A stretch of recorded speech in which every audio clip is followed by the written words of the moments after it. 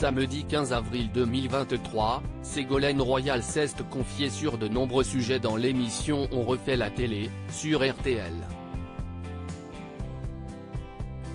L'occasion pour elle d'évoquer sa potentielle implication dans l'arrêt du Club Dorothée dans les années 1990. Télémassacre, l'overdose ?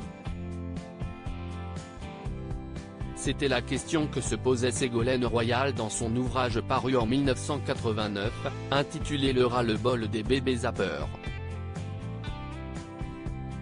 Elle y critiquait les programmes pour enfants tels que le Club Dorothée et particulièrement les dessins animés manga qui étaient diffusés pendant la fameuse émission.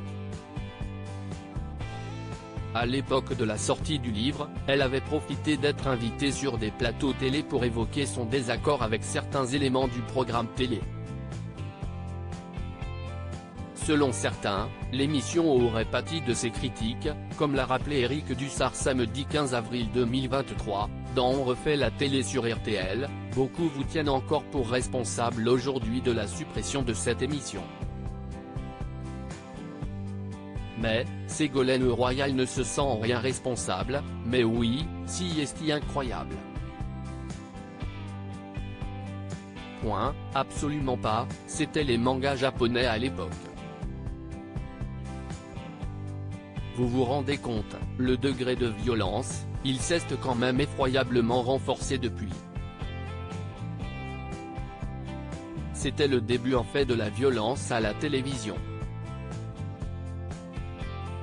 Ces images d'une extrême violence détruisent une partie de l'enfance. On n'a pas le droit de faire ça. Point, je trouvais qu'il devait y avoir des productions françaises.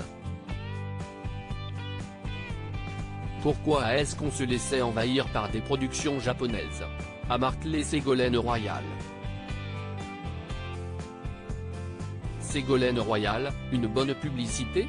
Visiblement toujours convaincue du point de vue qu'elle défendait il y a plus de 30 ans, Ségolène Royal estime ne pas avoir participé au déclin du Club Dorothée, donc Dorothée n'avait aucune raison de vous en vouloir ? Lui a demandé une nouvelle fois Éric Dussart.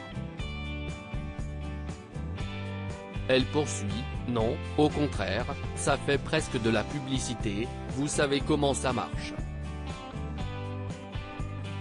Ça a fait plus de publicité à l'émission que le contraire, a-t-elle assuré. Finalement, si est-il le 31 août 1997 que le Club Dorothée fermait ses portes.